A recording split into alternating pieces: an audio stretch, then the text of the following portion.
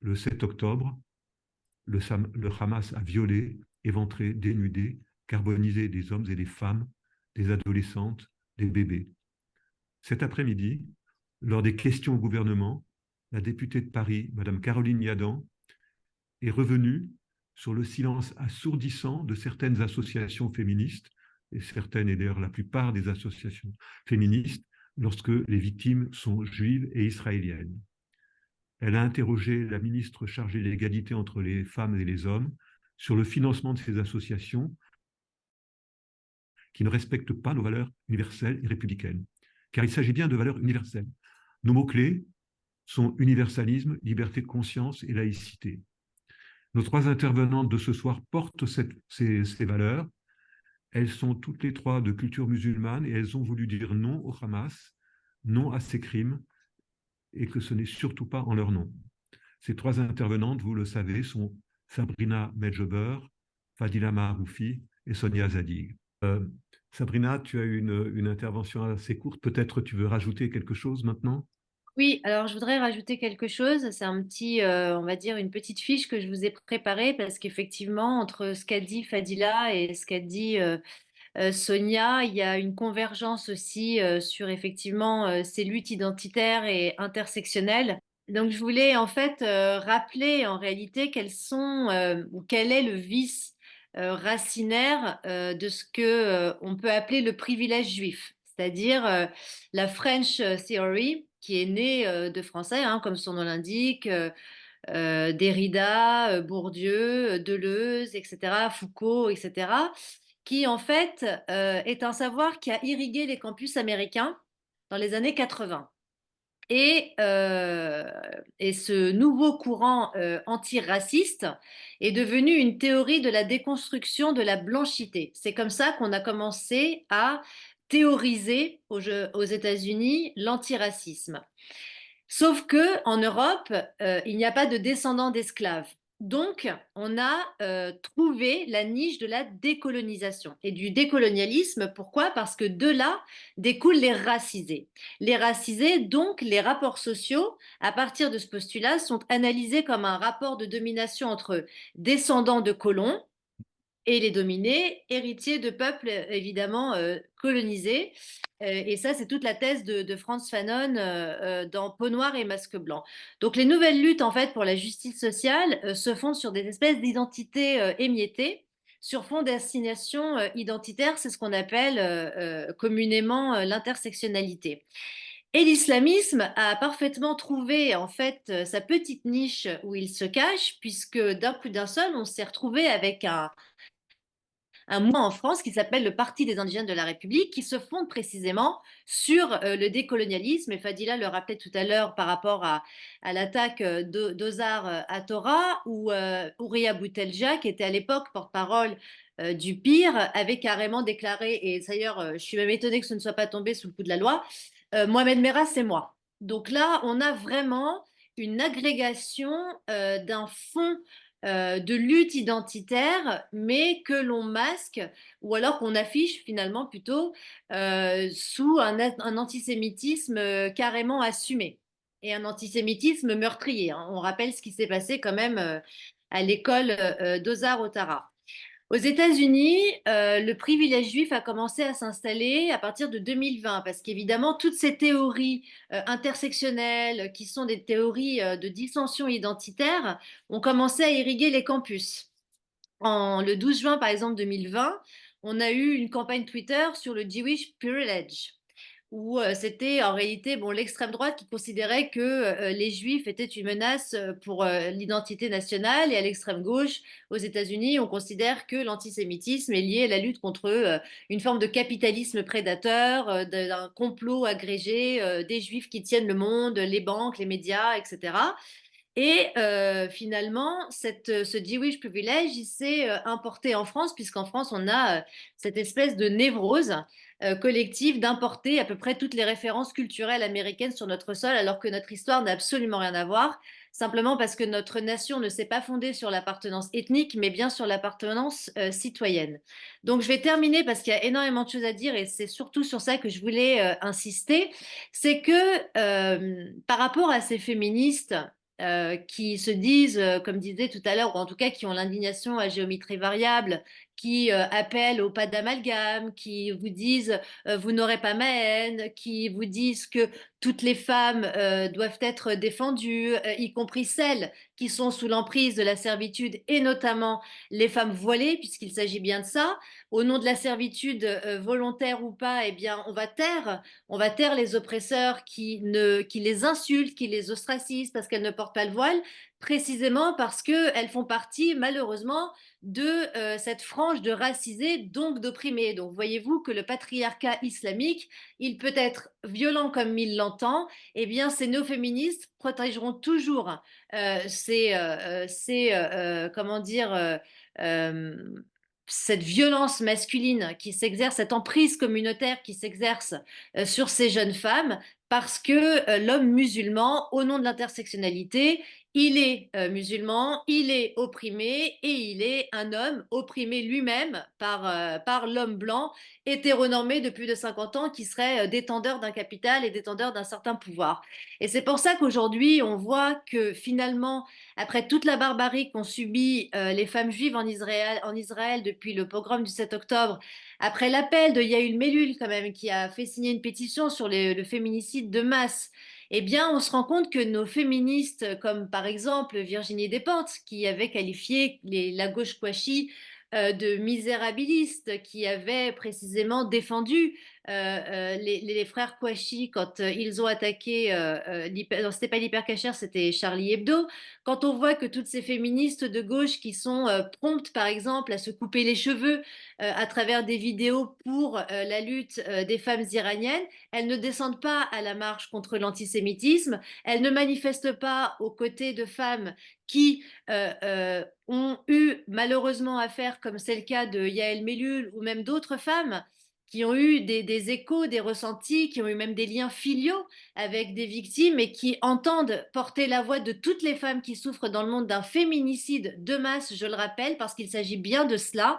Eh bien, nos féministes intersectionnelles sont bien absentes parce qu'elles ont encore une fois un groupe social qu'elles s'imaginent comme étant être les racisés, donc les opprimés, à protéger. Et ça, c'est inacceptable. Je voulais rajouter quelque chose par rapport aux femmes. Vous avez bien remarqué que nous étions 3 femmes et que ma thèse, mon espoir, mon rêve, c'est que nous allons sortir de cet obscurantisme que l'on connaît par les femmes.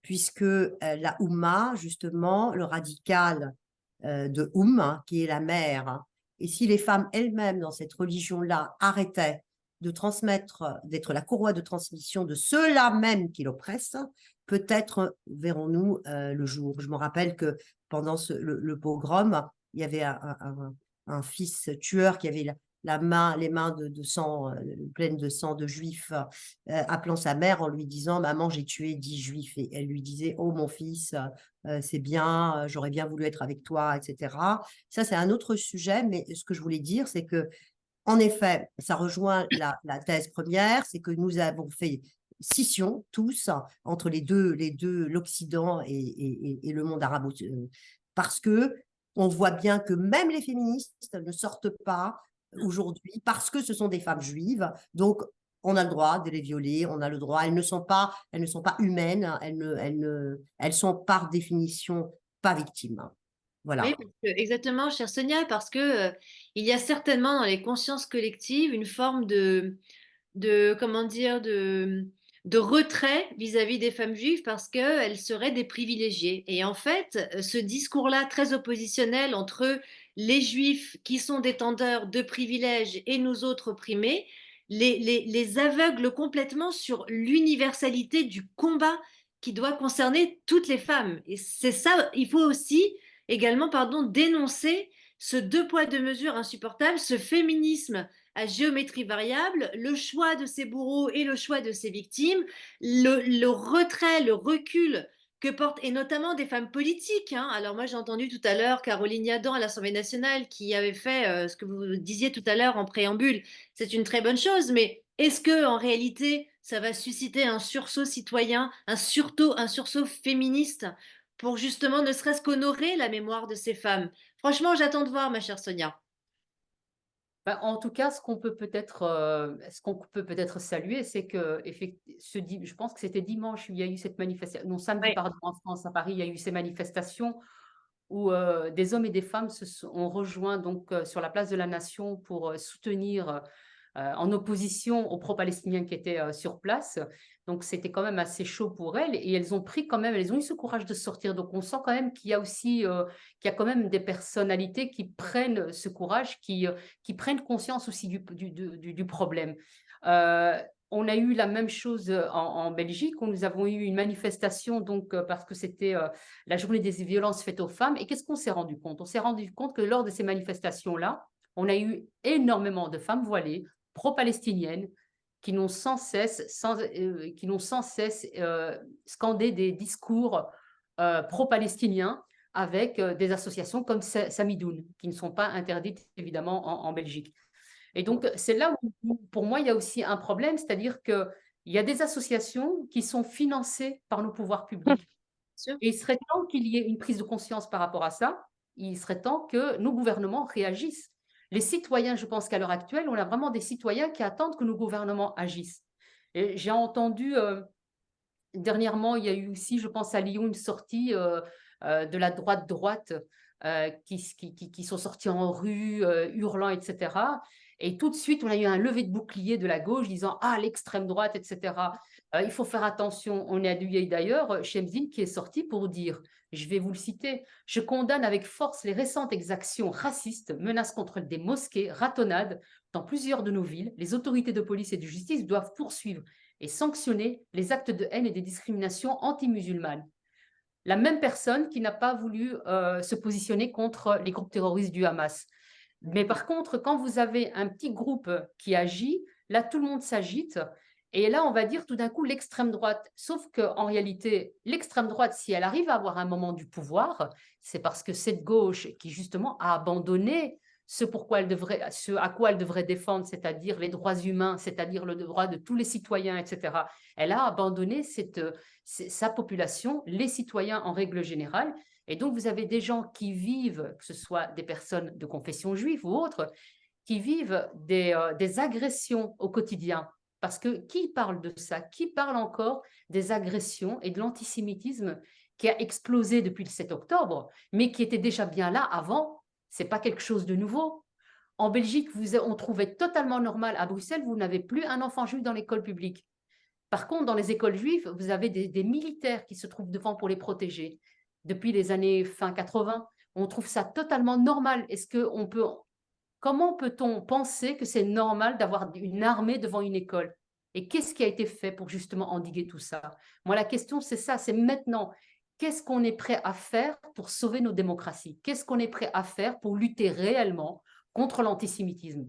Il ne faut plus, je pense que l'erreur qui risque de se passer, et d'ailleurs c'est ce qu'on est en train de voir, je ne sais pas si vous êtes d'accord avec moi, mais là, ces derniers jours, depuis qu'on est en train de relâcher, qu'il y a des victimes qui sont relâchées, qui retrouvent leur famille, leur foyer, on sent des gens qui commencent à dire « Ah, mais c'est super, vous voyez, le Hamas Bien traiter les a bien traité voilà, les victimes, Ouais. etc. » On oublie quand même que c'est le Hamas qui a été les chercher, c'est le Hamas qui a été massacré leur famille, et qu'on ne peut pas oublier ça, et qu'on ne doit surtout pas oublier ça, même si toutes les victimes sont remises en liberté.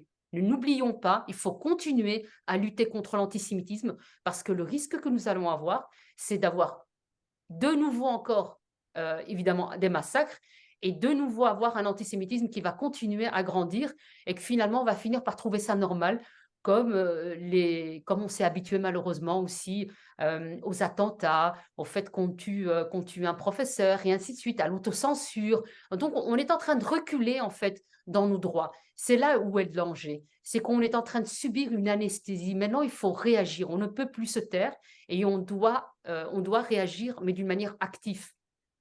C'est ce qu'on essaye de faire, mais il faut quand même dire que c'est compliqué. On ne tend pas les micros facilement, on n'a pas de tribune facilement. C'est très, très compliqué d'être subversif, c'est ce qu'on nous dit, qu'il faut être équilibré, Et on n'a pas envie d'entendre une voix de vérité comme ça. C'est très compliqué, hein. Voilà, ça, il faut le dire aussi. Qu'il y a des gens, bien entendu, qui parlent, mais ceux qui ont la parole, ceux qui ont la visibilité, ce ne sont pas les personnes qu'il faut, il me semble. Je vous remercie. Alors, notre règle du jeu pour l'instant, c'est que vous ayez la parole toutes les trois. Et je vais peut-être opérer une transition, d'abord en me permettant de faire deux remarques. La première remarque, c'est que vous avez dit que les masques tombent. Les masques tombent non seulement par rapport à l'antisémitisme, mais aussi par rapport à la volonté de destruction d'Israël, parce que d'un seul coup, des gens qui disaient on veut deux États disent ah ben, on veut la Palestine de la mer au Jourdain, c'est-à-dire que, je ne sais pas si vous avez la carte et la géographie en tête, mais entre la mer et le Jourdain, il y aura pas la place pour deux États, donc ça veut dire qu'il n'y aura plus d'Israël selon eux.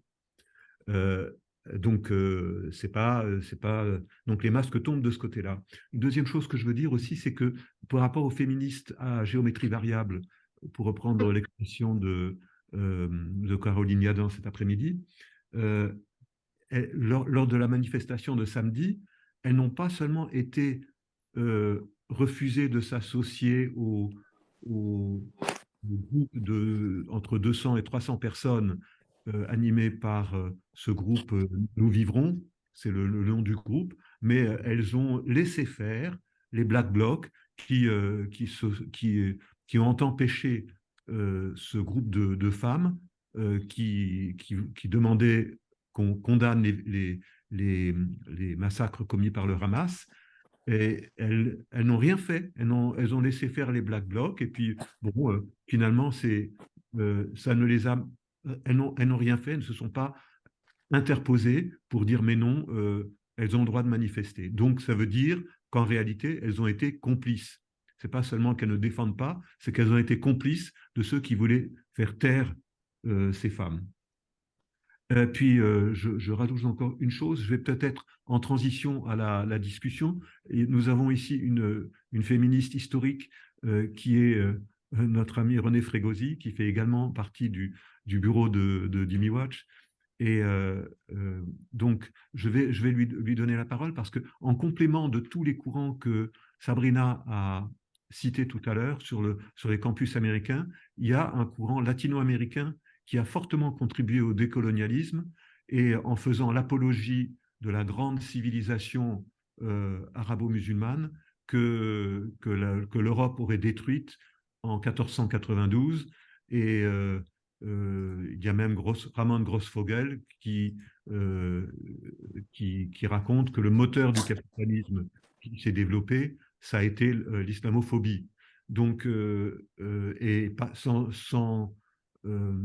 c'est pas étonnant qu'on retrouve ces gens-là aux côtés du Parti des indigènes de la République. Et donc, je pense que ça serait intéressant, René, si je sais pas où tu es, mais je t'ai vu tout à l'heure, si tu Elle est peux là.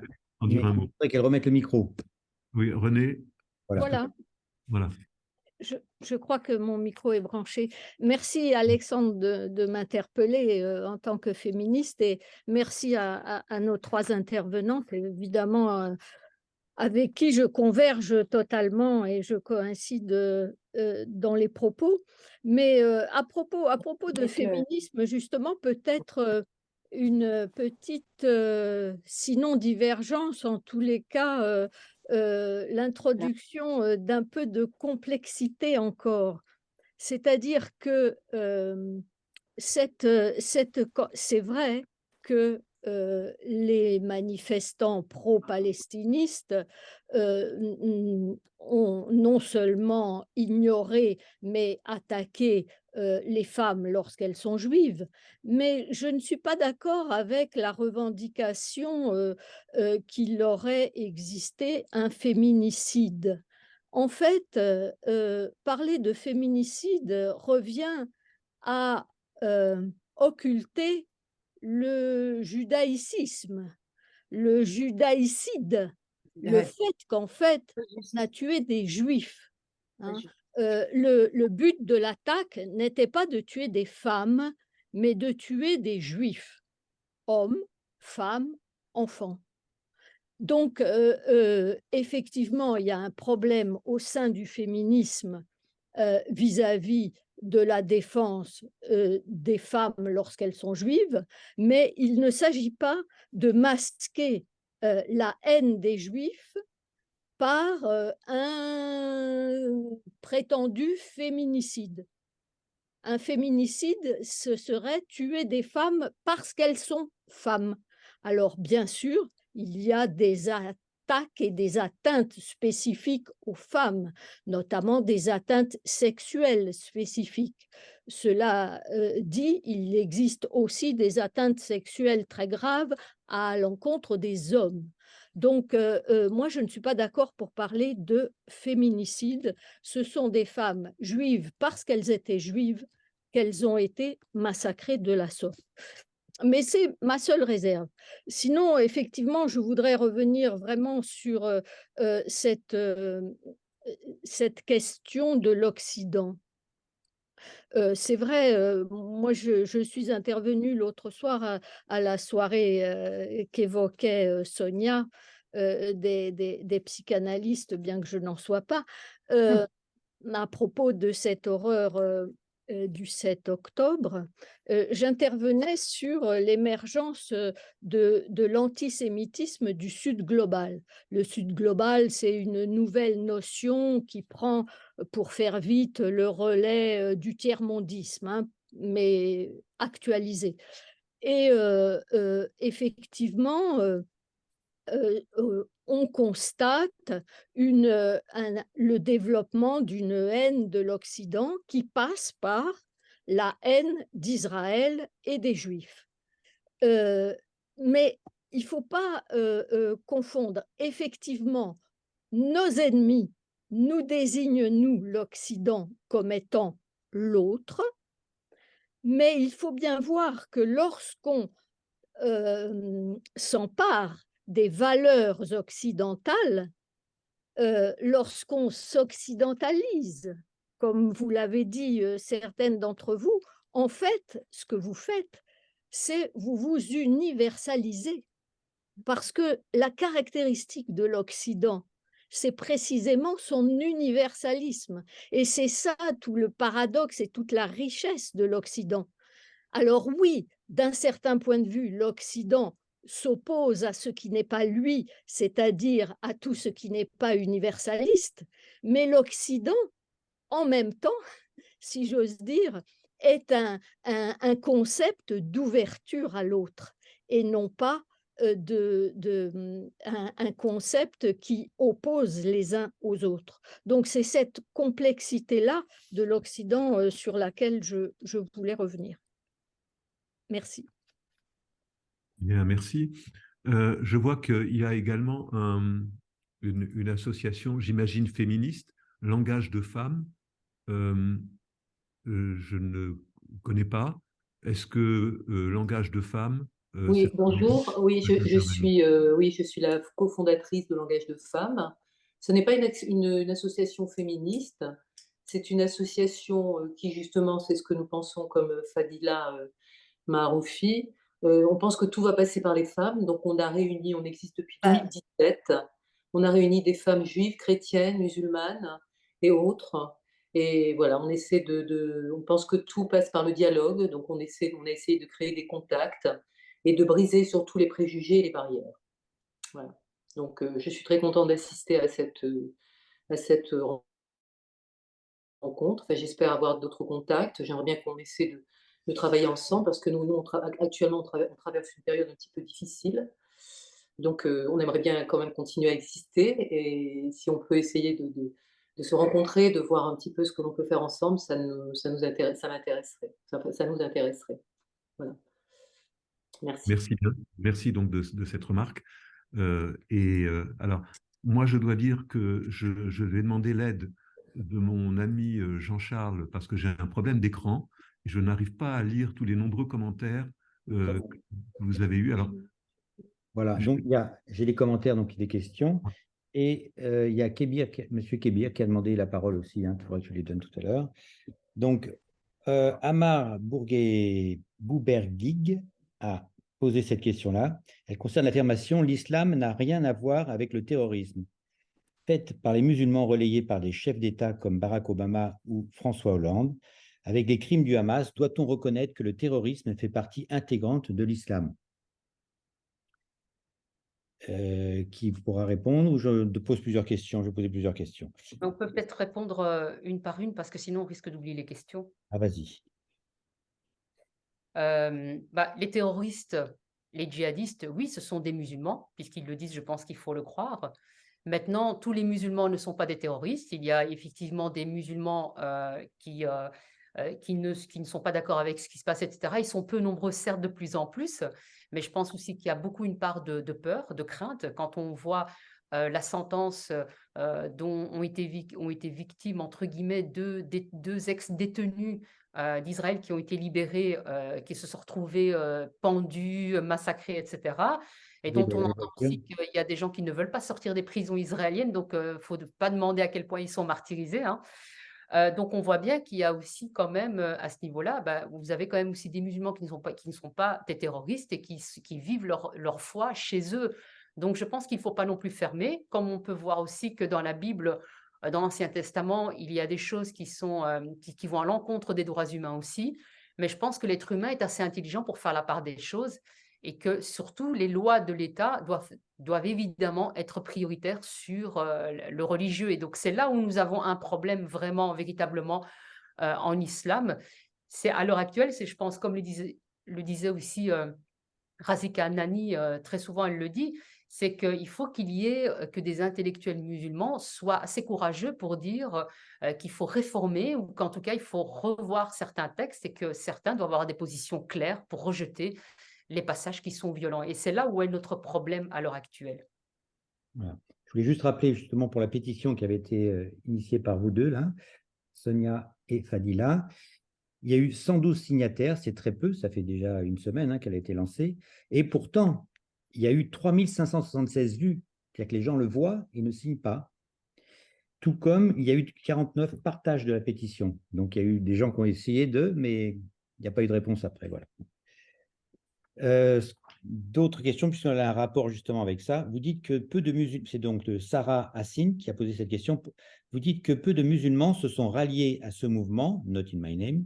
Pourtant, ils sont les premiers à souffrir de l'islamisme, notamment les femmes. Comment réussir à plus les mobiliser? Vous aimeriez bien, hein? Moi, je pense qu'il y a deux choses. D'abord, l'islamisme, ça fait 40 ans qu'il avance. Ça fait 40 ans, il y a un endoctrinement. On est arrivé à 4, voire 5 générations qui sont complètement frérisées. On sait que les frères musulmans ont un impact assez considérable en Occident et dans d'autres pays musulmans. Ils ont pris de l'ampleur. Et les pays musulmans, eux aussi, combattent, entre guillemets, certains pays musulmans combattent les frères musulmans, mais n'empêche que ce sont ceux, les frères musulmans, qui ont, depuis plus de 40 ans, qui ont endoctriné toutes ces jeunesses. Donc, le problème que nous avons actuellement, c'est que même ceux qui ne reconnaissent pas les frères musulmans, ça ne veut pas dire qu'ils n'ont pas un logiciel, qu'ils n'ont pas été influencés par l'idéologie frériste. Et ça, c'est ça notre problème. Et c'est là où maintenant, nous devons absolument savoir à quoi nous avons affaire pour savoir exactement ce qu'on peut faire sur le terrain. On voit par exemple Langage de Femmes fait du travail sur le terrain. Il y a d'autres associations qui essayent de faire du travail sur le terrain. Mais il ne faut pas oublier que nous avons en face de nous des gens qui ont des moyens considérables. Quand on voit Al Jazeera, les chaînes, les médias qui ont cette influence sur la jeunesse, Al Jazeera ou d'autres comment dire, des influenceurs, etc., on voit bien qu'il y a une influence qui fait qu'on a de moins en moins de jeunesse qui sont réceptifs à notre discours. Et puis, vous avez aussi des musulmans qui ont peur, encore une fois, comme on le dit, c'est que quand on prend notre position, la position que nous prenons, nous perdons clairement tout. Nous avons une cabale contre nous. Nous perdons des amis. Nos familles, n'en parlons pas pour beaucoup. Nous n'avons plus de contact avec nos familles. On perd notre travail. Nous n'avons plus de moyens de subsistance. Nous avons les djihad judiciaires puisque les islamistes veulent nous faire taire. Et donc, je pense que si on arrive à nous médiatiser un peu plus, si on nous permet de parler un peu plus, je pense qu'on peut avoir des échos. Parce que j'ai parfois des témoignages de gens qui m'écrivent et qui me disent « je suis musulman Et j'en ai marre, je ne veux pas de ça, mais tu comprends, je vis dans un quartier où je ne peux rien dire, sinon je risque de mettre en danger mes enfants, etc. Donc on en est là à l'heure actuelle. C'est que nous avons vraiment une espèce de tension, voire de violence qui est au quotidien, en fait, même ici. Et quand on dit est-ce que les musulmans sont les premières victimes, ben, on voit bien que les années noires en Algérie, ça a fait énormément de morts. On voit bien que la Tunisie ou d'autres pays, il y a eu énormément de gens qui ont été assassinés, qui ont été tués par ces groupes djihadistes. Mais au niveau européen, on voit quand même que l'impact que nous avons pu voir depuis ces 20 dernières années est quand même aussi très important, même s'il n'y a pas eu autant de morts, et heureusement, que dans les pays musulmans, parce que je pense que le nombre de terroristes y est beaucoup plus abondant, mais n'empêche que ce que nous avons subi ces 20 dernières années ne présage rien de bon. Et c'est vrai que dans nos pays, nous avons des terroristes qui sont connus, qui sont fichés, et qui vivent et qui circulent librement. Donc, on attend quand même aussi une réponse politique qui doit arriver sur la prise en charge de ces djihadistes, de ces personnes qui sont fichées, etc. Et donc, c'est là où on doit se mobiliser de plus en plus. Et je pense que malheureusement, on doit tous le faire ensemble parce que c'est clair que nous, tout seuls, on ne peut pas y arriver. Mais on a besoin, en tout cas, de soutien pour le faire. Les soutiens, enfin, pour les djihadistes, c'est l'État hein, qui doit Bien sûr, les djihadistes, effectivement, c'est l'État. Et c'est pour ça qu'on doit faire pression sur le politique. Alors, je peux me permettre de rajouter quelque chose, ma chère Fadila. Je partage entièrement ton analyse et le problème qu'ont les musulmans qui sont cadenassés malheureusement dans cette logique clanique du carcan communautaire, c'est qu'ils ne peuvent pas en sortir pour plusieurs raisons, à mon sens.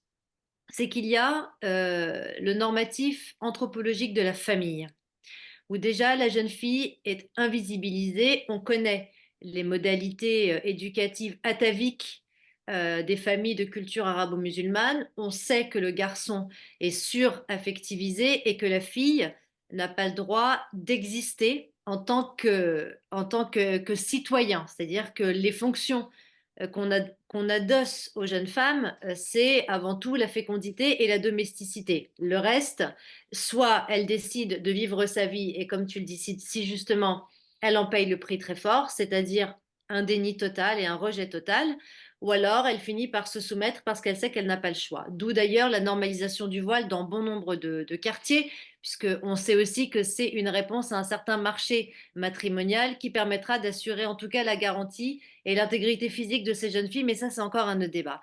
Donc il y a l'anthropologie de la famille en premier lieu. Ensuite, il y a, et ça c'est très très vrai ce que tu dis, et c'est même le drame en réalité, ma chère Fadila, c'est le cynisme des politiques.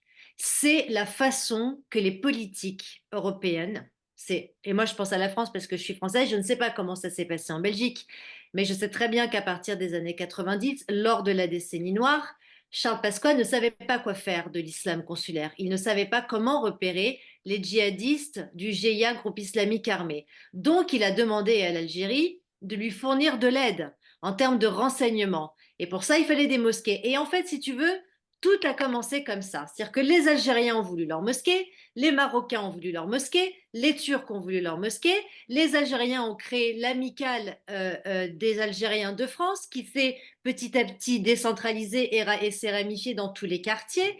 Et effectivement, un islam qui était au départ, dans les années 90, un peu souterrain, c'est ce qu'on appelle l'islam des caves, et qui s'est institutionnalisé d'année en année parce que les élus ont compris que cyniquement, c'était un gage d'électoralisme. Ces élus ne sont pas des politiques au sens républicain, c'est-à-dire dans le combat pour l'indivisibilité et l'unité de la République, ils sont simplement dans des calculs court-termistes qui vont leur assurer des positionnements court-termistes. Et ils oublient que ces familles sont installées avec leur descendance et que l'islam qu'ils laissent, l'islam politique, c'est-à-dire le volet politique de leur religion, il se prolifère dans les quartiers jusqu'à cadenasser, encore une fois, les corps et les esprits de ces jeunes. Donc, comment est-ce que les musulmans peuvent sortir de l'islamisme? Franchement, dans les quartiers, je ne vois aucune issue parce que les familles les en empêchent, pardon, et que le politique fait tout, justement, pour troquer nos gages que sont la laïcité et la liberté, d'accord, la liberté individuelle au nom du vote communautaire. Je vous donne un simple exemple. Moi, j'ai 42 ans. Je vais les avoir au mois de janvier. Quand j'étais petite, à l'école primaire, mes professeurs se fichaient de la frisure de mes cheveux. Ils se fichaient de mes origines. Nous étions tous des petits Français. Aujourd'hui, je vois que la baya, par exemple, a tenté de s'imposer dans l'école de la République française et que justement par rapport à mon propos précédent sur les féministes, j'ai quand même vu des féministes de Sud Éducation manifester contre l'interdiction du port de la baya. Il faut se rendre compte aujourd'hui que nos libertés, comme disait tout à l'heure Fadila, elle a justement raison, c'est-à-dire qu'on est dans un total recul, eux avancent dangereusement et ils obtiennent de petites victoires, de grandes batailles et bientôt certainement la guerre culturelle, parce qu'il s'agit de cela. Et il s'agit de cela pourquoi? Parce que moi, je n'ai pas demandé, pardon, aux autorités du culte musulman de ménager les susceptibilités des musulmans pour savoir si la baya, c'est un vêtement religieux ou pas. Non, c'est à la République d'être implacable sur ce que doit être la laïcité à l'école. Mais quand on voit le jeu cynique de certains élus, et encore une fois, c'est à titre local parce que le communautarisme, ce n'est pas une politique nationale, c'est vraiment un entrepreneuriat identitaire qui fait une OPA sur un marché électoral et qui est prête à toutes les concessions pour obtenir des voix. Sauf que ces gens-là exercent leur mandat, disparaissent, mais l'islamisme, lui, reste et il gangrène tout le quartier, voire même toute la société. Merci. Je voudrais donner peut-être un exemple de ce qui se passe en France. Le gouvernement essaye de, comment dire, essaye la voie de la répression. Et on a l'exemple qui est apparu hier, c'est le lycée Averroès. On s'est rendu compte, peut-être on s'est rendu compte juste maintenant, mais à mon avis on devait le savoir depuis longtemps, que le lycée Averroès enseigne justement la victimisation des musulmans, parce qu'il enseigne la parole de Hassan Iqiyoussen, un islamiste, un frère musulman qui a été expulsé de France il y a quelques mois, parce que justement, il portait la parole des frères musulmans, il portait cet islam politique. Moi, par exemple, il enseignait que le génocide arménien n'a pas eu lieu, c'est au contraire les Arméniens qui ont génocidé les Turcs. Il enseignait que la Shoah n'a pas eu lieu et que les vraies victimes de la Shoah, c'était les Arabes palestiniens. Je ne vais pas vous expliquer maintenant, c'est un peu compliqué comme raisonnement, mais c'est ce qu'il enseignait. Et il a des millions et des millions de vues pour sa chaîne YouTube. Donc, il a été maintenant expulsé au Maroc, mais on voit que le lycée Averroès continue d'enseigner sa pensée, entre guillemets. Et en fait, je crois que tout le problème est là. Et une des solutions peut-être radicales, c'est un romancier égyptien qui disait qu'il faut dénazifier le monde arabe. Il a dit ça, mais je crois que maintenant il est décédé, mort de vieillesse, mais c'est une chose à laquelle il faut penser, parce que ce à quoi nous avons affaire, c'est pas seulement l'islam tel qu'on le connaît ou tel que avec la dimitude. La dimitude, c'est l'enseignement du mépris. Le Hamas, c'est l'enseignement, ça va plus loin, c'est l'enseignement de la haine.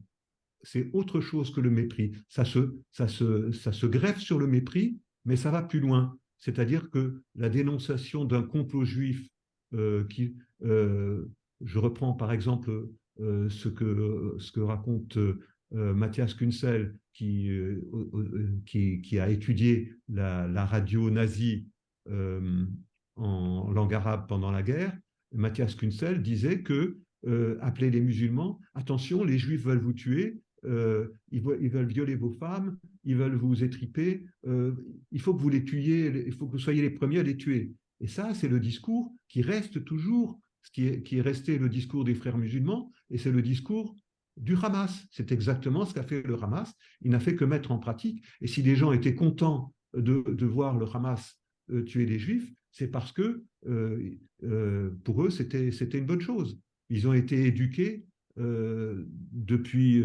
et Gaza, en fait, c'est une ville à radicaliser. C'est où les enfants sont pris en charge depuis leur plus tendre enfance, où on leur enseigne la parole des frères musulmans, avec ce négationnisme, avec tout le négationnisme que vous pouvez imaginer. Et donc les gens sont formatés pour être dans cet état d'esprit. Et c'est, je pense, ce que voulait dire ce penseur égyptien dont j'ai malheureusement, je ne me souviens pas du nom, mais je pourrais le retrouver, qui parlait de dénazifier le monde arabe. Et c'est un enjeu majeur. Mais je pense que ce n'est pas que le monde arabe, c'est le monde musulman en règle générale. Il y a un suprémacisme.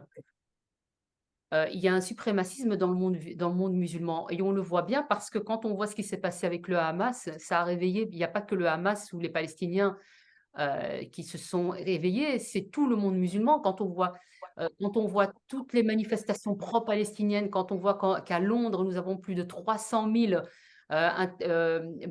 manifestants qui sont plutôt pakistanais ou indo-pakistanais et qui n'ont rien à voir avec le monde arabe, on va dire, on voit bien que on va au-delà, en fait. Oui, c'est le monde musulman. Ouais. Et oui, c'est vraiment tout le monde musulman et je pense que c'est à prendre en considération, c'est vraiment le suprémacisme.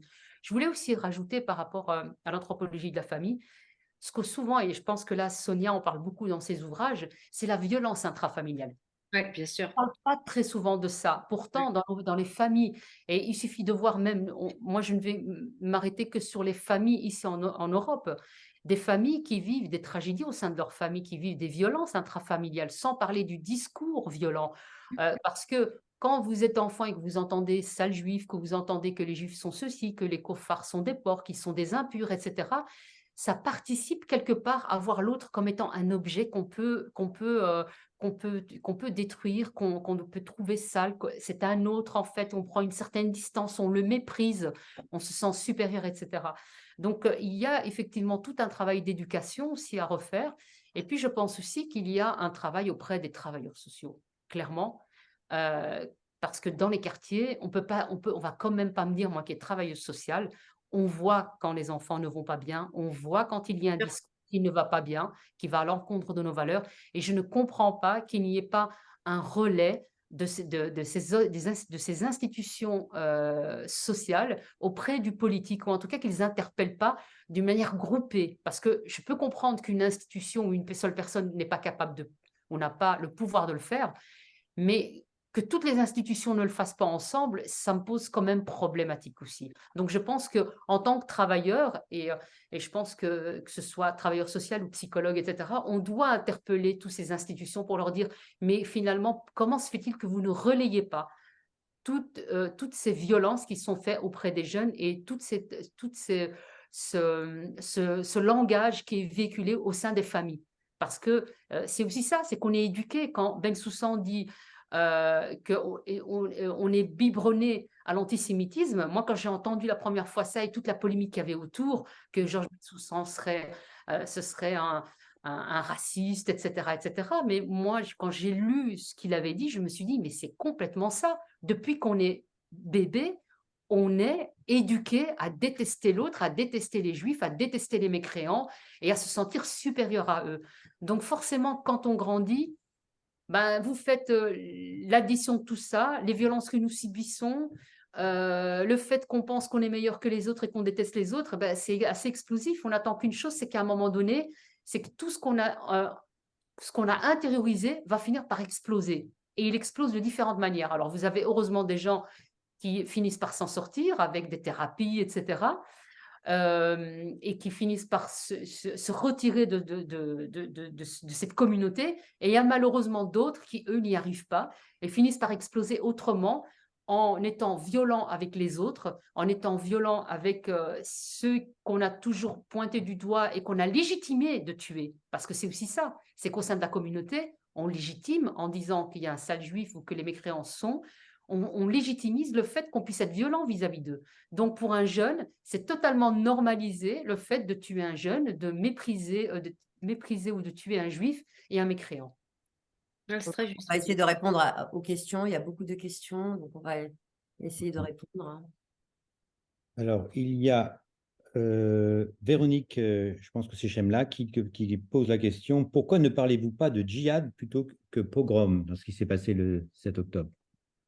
Je vais répondre. Voilà. Alors, je regarde un peu les questions qui arrivent et en effet, on me dit djihad, on est encore à dire islam, islamisme. Bon, je crois qu'on n'en est plus là. Il me semble qu'on avait dit et redit que l'islamisme et donc le djihadisme, je vais vous l'expliquer plus tard, mais est la forme aboutie de l'islam. Nous ne sommes pas ici pour parler de l'islam, mais pour parler en effet de sa forme aboutie, c'est-à-dire de sa forme aboutie, qui est aussi le djihad. Le djihad est une injonction dans le texte coranique, hein, c'est-à-dire faites un effort sur vous-même par plusieurs moyens, mais c'est surtout, ici je vois, l'islam est-il politique? Mais oui, c'est une aporie que de ne pas le penser, puisque de toute façon, il y a des velléités hégémoniques de l'islam. Il faut le but ultime, puisque c'est la religion de la vérité, c'est la vérité, la vérité. Et donc, il faut islamiser le monde. Aujourd'hui, ce qui se passe en France, on n'en est plus à dire, mais pas d'amalgame, tout ça. On a bien vu où ça nous a mené. Le 7 octobre, ce qui s'est passé, c'est simplement, c'est ça ce qu'il faut nommer, qui est impossible à entendre pour certains, c'est que c'est la forme aboutie du djihad. C'est quand même les soldats d'Allah et ils vont directement au paradis en tuant des mécréants comme une forme de djihad. C'est quand même une injonction islamique que de le faire. Donc aujourd'hui, je pense qu'il faut qu'on puisse donner la parole à des gens qui sortent et qui disent tout haut non, ce n'est pas en mon nom, non, je ne suis pas, ou qui dévoilent toute la violence intrafamiliale, les violences sur les femmes, les violences dans les banlieues, les viols, les femmes qui prennent le voile parce qu'elles n'ont pas du tout le choix. Il y a énormément de choses qui ont été écrites là-dessus, mais on n'est encore pas d'amalgame. Non, Ouais. personne ne fait d'amalgame. Les musulmans qui sont dans leur foi, ça ne pose problème à personne.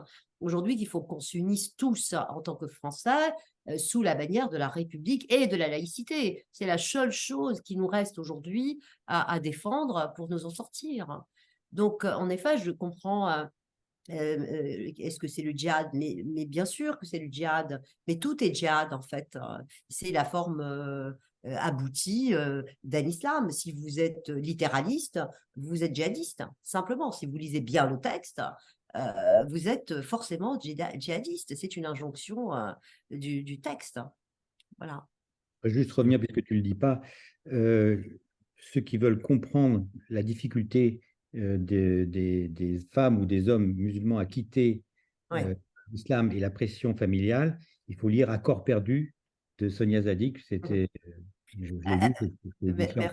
Merci. Simplement, pour revenir à l'islam, ce qui est difficile, c'est qu'on regarde d'un point de vue religieux. Or, ce n'est pas une religion, c'est une loi, c'est un vade-mecum, hein, on vous dit tout, quoi. Hein. C'est pour ça qu'il y a un attrait aujourd'hui, qu'il y a une collision avec le vide anthropologique dans lequel on vit aujourd'hui, cette déliquescence de l'Occident et ces conversions massives de jeunes Français que je rencontre moi-même dans mon cabinet, parce que c'est la religion des frères, hein. Le christianisme étant la religion des pères, mais là c'est la religion des frères, et avec la déliquescence des familles, enfin tout ce qu'on connaît sur l'Occident, l'islam devient une réponse. Ça ne veut pas que l'islam soit quelque chose d'extraordinaire, mais il est une réponse possible à un vide que nous vivons aujourd'hui.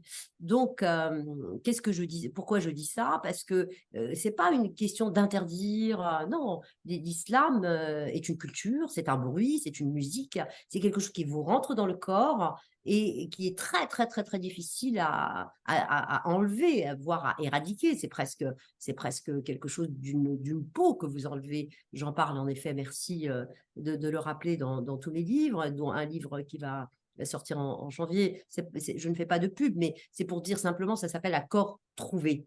Ça veut dire qu'on peut s'en sortir. Ça Perdu, vaut le coup. Comment? Mon livre, le titre, c'est Accord perdu. Oui, mais la suite, c'est Corps retrouvé. Trouvé plutôt. Parce que Le mot, c'est pour l'islam, on ne dit pas que c'est une orthopraxie. c'est ça. hein. C'est ça. Et donc, les jeunes aujourd'hui, moi je suis en contact avec des groupes d'apostats qui essayent tant bien que mal, justement, ils s'apostasient. Alors, ça devient une autre identité. En fait, on est dans une quête identitaire comme ça, infinie, interminable. Et ils me disent eux-mêmes, ben, j'arrive pas en fait, hein. C'est un langage, c'est une culture, c'est extrêmement compliqué, hein. Donc, la seule réponse, je le répète, c'est la laïcité, quoi. Voilà. Il y a plusieurs questions, plusieurs personnes qui ont demandé la parole. Alors, je vais donner par ordre chronologique. Kébir. Kébir. Franchement, je suis très, très, très content, hein. Merci, merci beaucoup aux conférencières, aux 3 conférencières. C'est d'autant plus important que vous êtes des femmes, parce qu'on Merci. sait très bien que c'est par là que, que les islamistes, et je pense que vous l'avez toutes souligné, surtout Sabrina, hein, c'est par là qu'ils tentent de passer. Je vais faire des 3 ou 4 petits commentaires, si vous voulez bien, et à chaque fois, j'essaierai de poser une question. Sonia a dit à un moment donné, il est temps que nous nous agrégions. Je pense que c'est très juste, hein, parce que justement, nous sommes plus ou moins séparés. Oui, beaucoup. Il faut à un moment donné qu'il y ait un rassemblement. Je peux juste une Oui. remarque. Je signale que Kébir a été président du mouvement des Maghrébins laïcs de France qui existait il y a quelques années. Voilà. Très bien. Oui, et nous avons essuyé des plâtres également. Ça m'étonne pas. Fadila avait parlé à un moment donné, seul Chelgoumi a fait une déclaration, on va dire, après le 7 octobre. Et c'est comme si il aurait fallu qu'il y ait beaucoup de musulmans qui fassent une déclaration. En disant cela, il aurait fallu donc accepter de dire que le Hamas a agi au nom de l'islam, ce qui n'a pas été dit. Et en fait, c'est une réalité. Mais oui, C'est-à-dire que finalement, les musulmans devraient être coincés par cette histoire tragique du 7 octobre. Et puis, elle a aussi dit qu'il n'y a plus un enfant juif à l'école publique, je crois en Belgique, hein. Il se trouve que je suis enseignant en France, dans un collège-lycée qui est au centre-ville, pas loin de la synagogue, du quartier juif de Strasbourg, et il n'y a plus d'enfants juifs dans ce collège-lycée. Exactement par le même phénomène, encouragé par les politiques publiques. Évidemment. Donc nous avons un gros problème qui ne dit pas son nom, c'est ça. mais qui est encouragé par les politiques publiques. Donc j'aurais voulu savoir ce que vous en pensiez, parce qu'il faut quand même, à un moment donné, se poser la question, où sont les politiques qui nous dirigent par rapport à ce phénomène? Parce que Alors, derrière, il y a l'antisémitisme, évidemment. et bien sûr, mais Pardon. je peux me permettre de répondre, Kébir, je vais être très brève, hein. Alors déjà, la particularité de Strasbourg, c'est que c'est quand même le droit concordataire qui s'y applique. Donc, a priori, il devrait y avoir des écoles de quelque confession qu'elles soient implantées sur le territoire de Strasbourg. Donc déjà, il y a un problème en termes de non-respect du droit. Ça, c'est la première des choses. Ensuite, la deuxième des choses, mon cher Kébir, et vous le savez tout aussi bien que moi, c'est que ils arrivent, en fait, ces institutions musulmanes, cet islamisme des quartiers arrivent à instiller une lecture victimaire des rapports sociaux et donc créent des associations et donc obtiennent des subventions et donc négocient des voix lorsqu'il y a des échéances électorales et les malheureux et lâches cyniques qui nous servent de politique s'en servent justement allègrement. Donc il y a le problème, mais c'est un des cadenas hein, en réalité finalement du respect même de la laïcité, mais qui encore une fois ne concerne pas le territoire de Strasbourg, puisque c'est le territoire, c'est le droit concordataire qui s'y applique. Mais je voudrais simplement nuancer mon propos, enfin pas nuancer, mais justifier mon propos, parce que je me souviens par exemple que l'association Miligorus, qui représente à peu près 500 mosquées en France, hein, ce qui est quand même pas rien, a réussi à obtenir la subvention d'une délibération d'une conseillère municipale de la mairie de Strasbourg. Ensuite, le Conseil d'État avait à l'époque annulé cette délibération pour accorder quelques 35 millions d'euros pour la création d'une mosquée. Donc, voyez-vous, on est malgré le droit concordataire, malgré justement le concordat qui permet à chaque confession religieuse d'avoir ses propres écoles et ses propres institutions, et bien même au sein de ce droit concordataire, il y a toujours un clientélisme favoritiste envers justement les institutions ou les institutions du culte musulman, où qu'ils soient. Donc, le malheureux problème, en réalité, c'est bien évidemment la lâcheté, la pleutrerie, la veulerie, le cynisme, le calcul même mortifère de ces élus qui sont toujours dans des optiques court-termistes et qui oublient que cette descendance, elle vit en France et elle continuera d'appliquer ses lois sociales comme ses lois religieuses. Par rapport à la question, quand on parle des écoles, le fait qu'il n'y ait pas d'enfants dans des écoles publiques de plus en plus, depuis le 7 octobre, on peut aussi remarquer qu'on demande aux Juifs d'être beaucoup plus discrets, de ne plus porter de signes, de ne plus d'enlever les signes distinctifs sur leurs appartements, de leurs portes, etc., etc. Je trouve que là, on arrive aussi à quelque chose qui est de l'ordre de l'effacement. C'est-à-dire qu'on est en train d'effacer complètement l'appartenance d'une communauté et que finalement, alors qu'on ne le demanderait jamais pour la communauté musulmane, par exemple. Là, on est en train d'effacer donc tout autre signe de quelque chose qui est différent en disant c'est pour vous protéger. Or, c'est pas pour protéger. Si on veut protéger, nous avons les moyens. Quand une personne pose des actes, on doit pouvoir sanctionner, on doit pouvoir mettre en place des policiers qui, dans les rues, on a bien vu ça avec les attentats, on a mis une armée dans les rues. Pourquoi ici, on demande à une communauté de s'effacer, de se faire petit? C'est très grave et il faut qu'on prenne conscience aussi de ça parce que je pense que on pense que c'est quelque chose de positif parce qu'on se dit, quelque part, c'est pour leur sécurité. En réalité, non, pour moi, je vois autre chose. Je vois qu'on est en train de lâcher de plus en plus, finalement, des individus et qu'on leur demande de s'effacer complètement et de ne plus exister. En fait, c'est ça. On est en train de tuer l'existence d'une communauté. Non, le djihad est spécifique à l'islam, à la charia. Les djihadistes, dans leur conquête pour étendre l'islam dans le monde, opèrent par des incursions en territoire d'infidèles, tuent, volent, font des razzias en butin, ce n'est pas une question, alors humains et marchandises. Gérard Oulmo qui parle des manuels scolaires en Algérie qui sont également très antisémites. De même que ceux de l'autorité palestinienne, hein, on donne des fonds pour faire ces manuels scolaires et on ne contrôle pas le contenu. Rapide commentaire là-dessus. Il n'y a pas que... Enfin, effectivement, on se focalise sur les manuels scolaires parce que l'Europe finance ces manuels scolaires, mais ne s'occupe pas de ce qu'il y a, de comment ils sont. Mais il n'y a pas que les manuels scolaires parce que les enfants sont embrigadés par les télévisions, par les...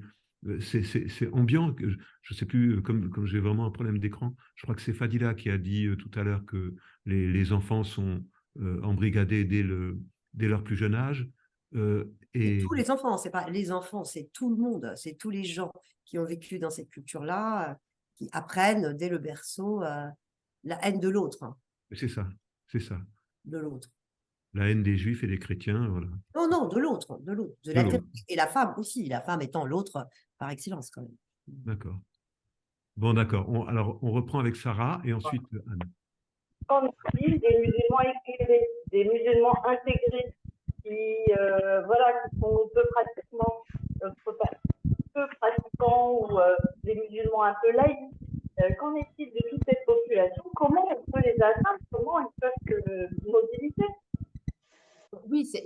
faut absolument mettre en avant, jusqu'à présent, les politiques, ce qu'ils ont fait, c'est qu'ils ont mis en avant des personnalités religieuses pour parler à la communauté musulmane.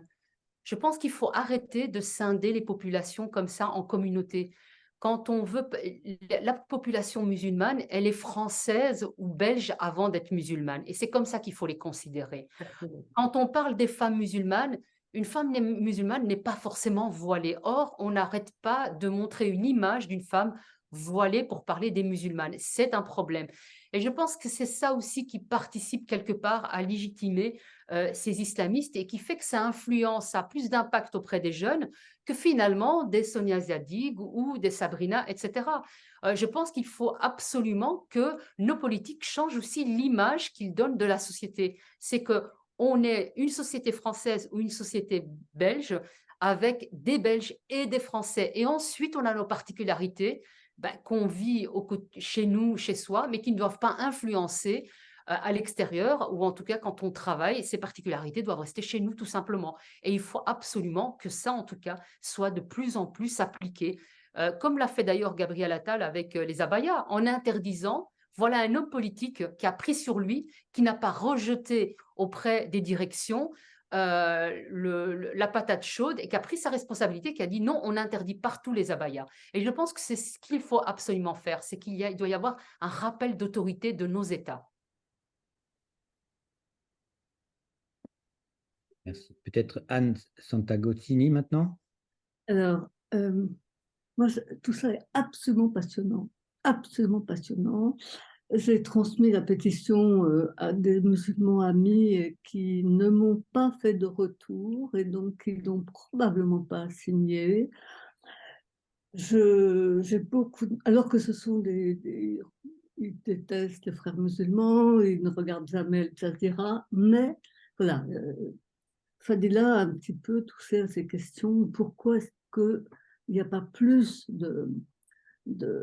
d'envol de cette pétition? Ceci étant, outre que tout ça est absolument remarquable et passionnant, Sonia a dit un truc qui m'a... je vous pose ma réflexion car je tâtonne sur pourquoi l'antisémitisme qui va de très loin au-delà de tout racisme de tous les temps. Il y a quelque chose de spécifique avec l'antisémitisme et l'antijudaïsme. Et Sonia a juste dit, l'islam, c'est la vérité. Et là, ça me paraît absolument la clé de me semble-t-il, je soumets ma réflexion, vous me direz ce que vous en pensez, la clé de l'antisémitisme. Pour moi, ce que je découvre moi je suis psychanalyste et j'ai entendu Sonia chez Cibolette l'autre jour, donc je travaille beaucoup, je devais aller à Tel Aviv pour Cibolette, mais bon, vous savez les événements. Et donc, je suis très frappée, le monde, le Talmud est toujours en train de dialectiser. C'est des jeux de paroles qui se contredisent, c'est pas à vous que je vais expliquer tout ça, mais donc il n'y a jamais de réponse. Chez les Juifs, il n'y a pas de réponse, parce que ça renvoie toujours à autre chose. J'écoute très souvent Marc-Alain Waknin et comment il prend un mot et il en défait les lettres et fait un autre mot. Ça, c'est absolument passionnant. Moi, c'est pour moi une nourriture mentale fondamentale. Et je me demande si cette impossibilité d'avoir une réponse chez les Juifs, d'être toujours en questionnement, si ce n'est pas ça le noyau dur de l'antisémitisme. Je vous pose ma question. C'est une interrogation. Bonsoir. En effet, merci pour ce que vous avez dit. En effet, c'est ce que j'avais expliqué le jour de la conférence à Chibolette, que ce qui nous posait problème aujourd'hui, il y a possibilité peut-être d'ouvrir, mais je ferme pas tout. Alors, la situation est grave, mais pas létale, enfin je l'espère. C'est qu'en effet, il y a un retour, toujours, la lumière est devant chez nous, et la lumière a été dans l'islam, c'est-à-dire c'est dans les 10 années jusqu'à la mort du prophète, c'était la période, le salaf, où il faut revenir à cet âge d'or. Et donc, puisque dans cet âge d'or, la vérité a été dite, la vérité toute. Et puisque dans cette vérité-là se trouve le cœur de l'antisémitisme théologique. Alors, on ne va pas rentrer dans pourquoi, etc., parce qu'on va m'opposer le Coran de la Mecque et le Coran de Médine. Mais en effet, il y avait des alliances à l'époque avec des rabbins, enfin des rabbins juifs, et qui n'ont pas voulu donner, si vous voulez, la légitimité du prophète. Ils ne l'ont pas reconnu en lui disant « votre comportement n'est pas modèle ». C'était quelqu'un de très belliqueux, etc. Et donc, le discours sur les Juifs a tout à fait changé. En effet, on voit qu'il y a deux Corans, enfin, il nous paraît être deux Corans, mais en fait, c'est deux vérités historiques, avec un désir d'alliance à l'époque, une mésalliance avec les Juifs, où ils sont devenus des dhimmis, puisqu'ils n'ont pas voulu reconnaître la parole du prophète. Et donc, la vérité, une des vérités, c'est l'antisémitisme théologique, si vous voulez, qui est inscrit dans le texte même. Voilà.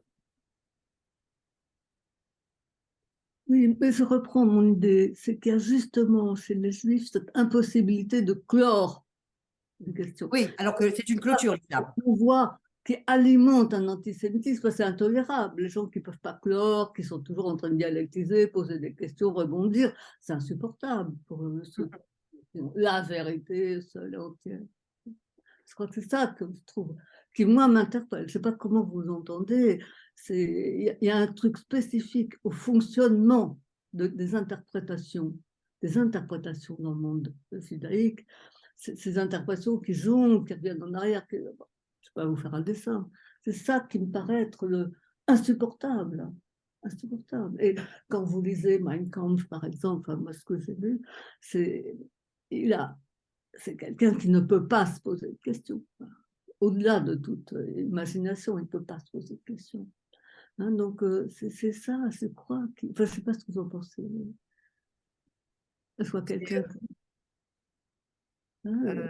Oui, c'est vraiment très long à répondre, mais en effet, il y a là une clé certainement entre l'interprétation sans cesse du texte dans le judaïsme et la clôture dans l'islam. Là, vous avez tout dit, simplement. Une autre question peut-être, y a-t-il des structures qui accueillent les personnes qui souhaitent sortir de l'islam? Parce que ça, c'est un problème pour celles qui veulent sortir, vu la difficulté. Il y a en tout cas, nous, à l'Observatoire européen des fondamentalismes, nous sommes une structure qui accueillons la parole des personnes qui veulent sortir de l'islam. Il y a le volet, comme je le disais, je suis travailleuse sociale, il y a le volet social et accompagnement. Et donc, j'accompagne non seulement les personnes qui veulent sortir de l'islam, mais aussi j'accompagne les jeunes filles qui fuient les familles quand il y a un mariage forcé. Je suis là aussi pour les écouter, pour accompagner d'autres personnes qui vivent des difficultés au sein même de la famille. Par exemple, quand il y a eu le Covid et qu'on était tous assignés à résidence, nous avions effectivement des ex-musulmans. Pendant le mois du Ramadan, elles étaient coincées avec leur famille et elles ne pouvaient pas manger en cachette ou en tout cas vivre leur vie de leur côté. Donc, elles étaient quelque part obligées soit de finalement le dire et ça finissait par être très violent pour elles. On a eu pas mal de cas de violence. Et donc voilà, donc il existe effectivement, je pense, des structures, mais je ne suis pas sûre qu'elles soient si nombreuses en fait. Et puis il y a Sonia, comme elle l'explique, elle fait des entretiens. Donc je pense que c'est aussi les personnes surtout, les personnes ressources. Individuel, un travail individuel. Il y a Jacques André qui dit que Daniel Siboni répond magistralement à cette question de l'antisémitisme, justement la question précédente, sur son Coran et la Bible. Questions et réponses chez Odile Jacob. Donc, Daniel Siboni, pour ceux qui veulent se renseigner là-dessus. Alors, Yves dit aussi, le problème majeur résidant dans la lecture et l'application rigoriste du Coran, comment le réformer, l'amender comme cela a été fait sous l'impulsion du Concile Vatican II? Est-ce possible et réaliste? On la pose souvent cette question. Le problème, c'est l'incréation du Coran, en fait. C'est là où c'est problématique, en fait, et c'est pour ça que c'est une impasse et que c'est pour ça que je pense il faut absolument cesser avec ça. Il faut absolument cesser d'avoir des interlocuteurs musulmans parce qu'ils sont musulmans ou parce que ce sont des représentants musulmans. Je pense que maintenant, il faut surtout commencer à se dire, on a affaire à des Français ou à des Belges, à des gens qui représentent une nation et plus une religion. Je pense qu'il faut arrêter avec des représentants parce qu'on l'a bien vu depuis le 7 octobre, que certains représentants ne font pas le travail qu'ils auraient dû faire, en tout cas ce qui au départ était censé faire, c'est-à-dire servir de lien entre la communauté musulmane et l'État français. Je pense qu'il faut arrêter avec ça, comme on l'a fait avec l'Église catholique, c'est-à-dire que l'Église catholique, les chrétiens, les catholiques, ils vont à l'Église, ils vivent leur foi, etc., mais ils viennent pas avec des revendications catholiques. Ici, nous avons déjà les Juifs, pareil, ils ne viennent pas avec des revendications. La seule communauté qui vient avec des revendications, ce sont les groupes, c'est les musulmans. Ce sont ces institutions qui demandent de plus en plus d'avoir des privilèges qui finalement se mettent en dehors du cadre, on va dire, du cadre de l'État. Et donc, c'est là où il y a un problème. Et donc, c'est là qu'il faut revoir. D'ailleurs, un jour, je l'ai dit lors d'une réunion chez Elnet, un colloque, et je me souviens que Hafid Shemseddine était là, était présent, et j'avais dit, surtout, surtout, ne négociez plus et ne parlez plus avec les représentants du culte religieux musulman. Et je sais que Shemseddine l'avait très, très mal pris parce qu'évidemment, lui, il ne demande qu'une chose, c'est de servir de relais et de servir quelque part, parce que bon, on sait qu'il est quand même aussi proche des musulmans, hein, on le voit dans ses positions depuis quelques années. Donc je pense qu'il faut absolument que nos États maintenant cessent et mettent un holà par rapport à ça. Je vois qu'il y a une personne qui dit que c'est impossible de dialoguer avec des intégristes musulmans. Effectivement, on ne peut pas dialoguer, on ne peut pas discuter avec des personnes qui veulent nous détruire. Parce que c'est ça. Notre mort, oui. C'est ça. Le Hamas, c'est ce qu'ils veulent. On peut pas négocier avec Israël, ne peut pas négocier avec le Hamas puisque le Hamas veut rayer de la carte Israël.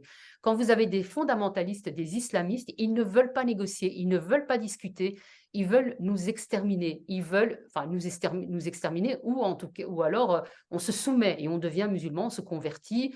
Parce que je pense que même au niveau d'imitude, vous savez, j'ai infiltré un jour les femmes fondamentalistes, hein, sœurs musulmanes et salafistes. Ce qu'elle disait était effrayant. C'est que moi, j'ai toujours entendu que les juifs et les chrétiens pouvaient vivre s'ils étaient dhimmis ou s'ils se convertissaient. Et je me suis rendu compte que chez ces nouvelles musulmanes, ce qu'on disait aux musulmanes, c'est que les juifs n'existent plus, les chrétiens n'existent plus, et que donc on avait le droit de les tuer, et c'est ce qui allait se passer.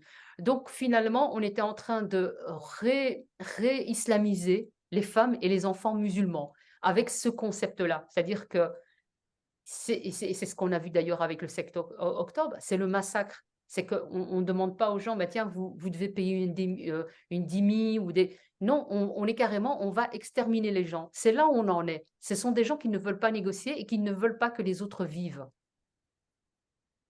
Alors, je sais. Est-ce qu'on peut terminer sur Oui. sur quelque chose de positif quand même, parce qu'à chaque fois, ça plombe un peu.